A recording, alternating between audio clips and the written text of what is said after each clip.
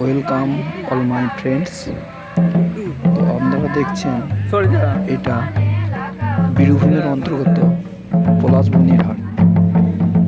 তো যদি আপনারা এই জায়গায় গিয়ে থাকেন তো নিশ্চয়ই দেখবেন আদিবাসী নৃত্য।